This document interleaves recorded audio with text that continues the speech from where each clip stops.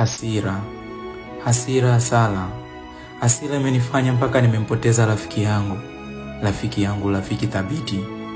Karibu kwenye stori ya wavuvi.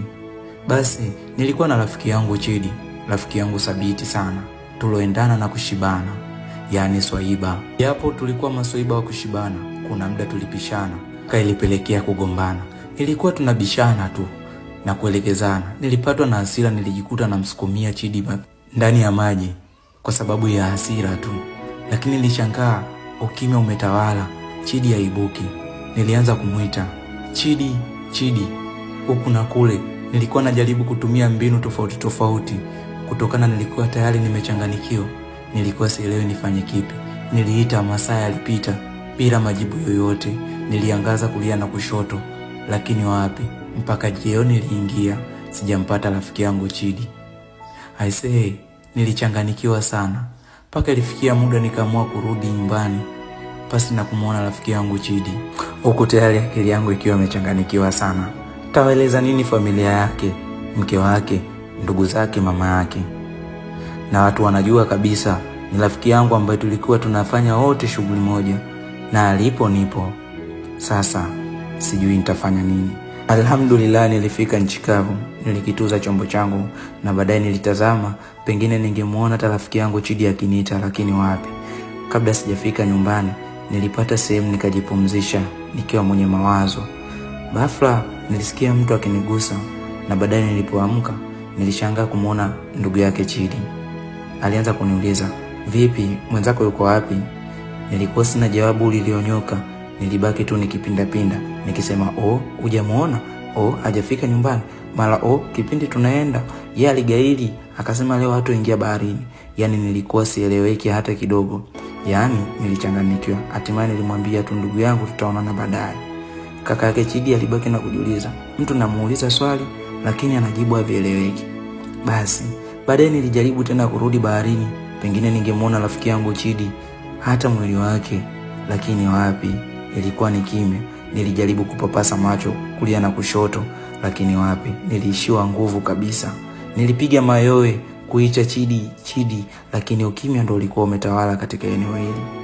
Kweli nilipitia wakati mgumu sana, na ilikuwa bado ninayo siri moyoni. Sijamwambia mtu hata mmoja kilichotokea. Niliamua kurejea nyumbani. Nilipofika nyumbani, nilikuwa ni wa kujiinamia tu na kutafakari. Nilishangaa kuna mtu alifika paka karibu yangu na alinisalimia.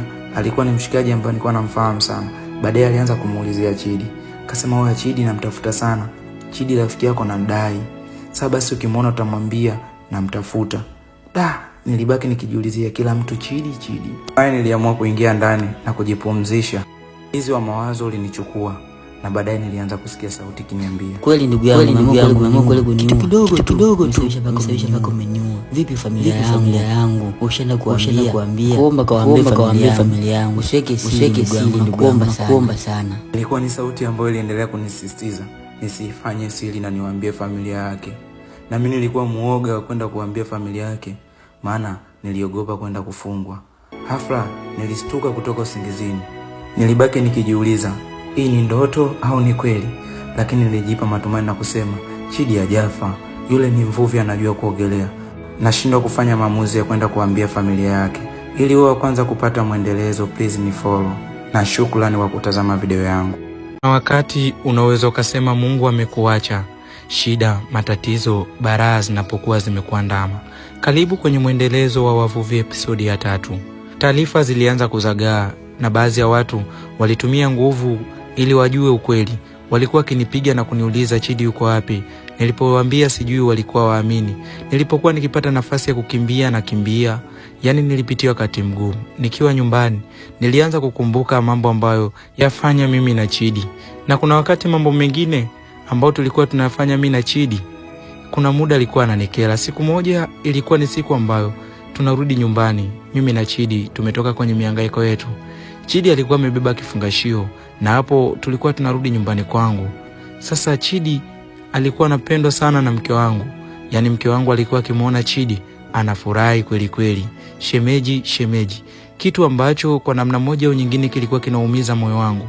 Sikujua pengine alikuwa anampenda kama shemeji, ila moyo wangu ulikuwa unahisi vingine tofauti. alimchangamkia sana kiasi kwamba hadi mimi nilikuwa nahisi wivu. Penzi ya kweli huwa yanaendeshwa na wivu.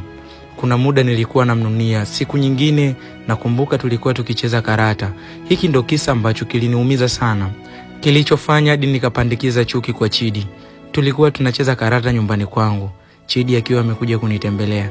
Hafla mke wangu alileta chakula. Kipindi amefikisha chakula, nilishangaa sahani nzuri anapewa Chidi na mbaya anapewa mimi. Haikuishia hapo, nilishangaa kuona kuwa samaki mkubwa alipewa Chidi na mimi niliwekewa kichwa tu. Kitu ambacho kilikuwa kinaniumiza, na huku akiendelea kuchangamkiana, "Shem, kula ushibe. Shem, unajua wewe ndo mume wangu. Ndugu yako akifa wewe ndo kunirisi." Basi Chidi alikuwa mchangamfu sana kwa mke wangu.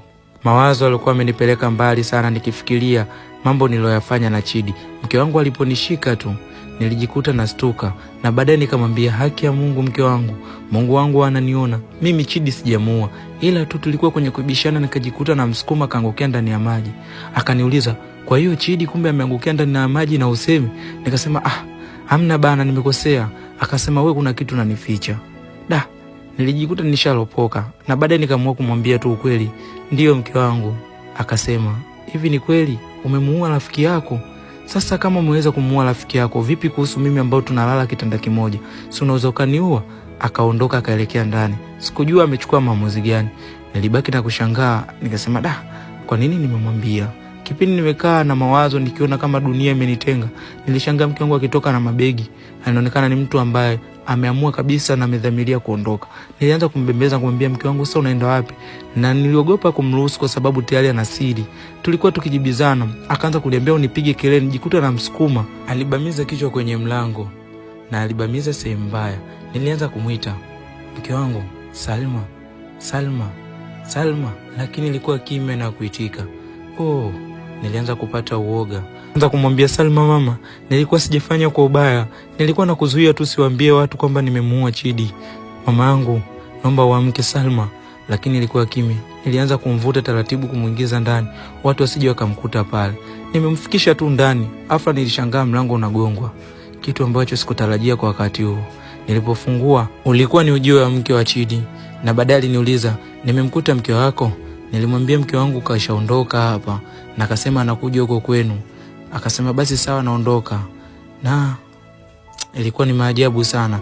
Basi wakati mwingine mama yake Chidi aliamua kufika moja kwa moja kwa mjumbe, na aliona kabisa ukimya wa kutokupatikana mtoto wake, suluhisho ni kwenda kwa mjumbe na kutoa taarifa, maana serikali ipo kwa ajili ya kuwasaidia raia wake. Basi mjumbe alitoka nje na aliwakaribisha sana. Mjumbe alikuwa mchangamfu kweli kweli. Aliwakaribisha paka kwenye sofa lililokuwa nje limeharibika, na aliwaambia waketi. Walivyoketi basi mama yake Chidi alianza kumwelezea moja kwa moja mjumbe. Akamwambia mjumbe, "Mtoto wangu ni siku ya 3 sasa sijampata. Toka alivyoenda na mwenzake baharini. Mwenzake karejea, lakini yeye hajarudi. Kinachonishangaza, rafiki yake karudi na t-shirt ya mwanangu. Nikimuuliza anasema kuwa yeye hakwenda naye." Mjumbe akamwambia, "Rafiki yake nani?" "Rafiki yake Vani." Akasema, "Ndo huyo." "Sasa mbona ni marafiki sana, kweli anataka kuficha?" Mama yake Chidi alianza kulia. Akasema, "Mjumbe, namuhitaji sana mwanangu. Mwanangu ndo tegemezi langu. Mwanangu ndo kila kitu changu. Mwanangu na mke wake ana ujauzito. Sasa nitawezaje kulea?" Alilia sana kwa tegemezi lake kupotea. Alilia sana.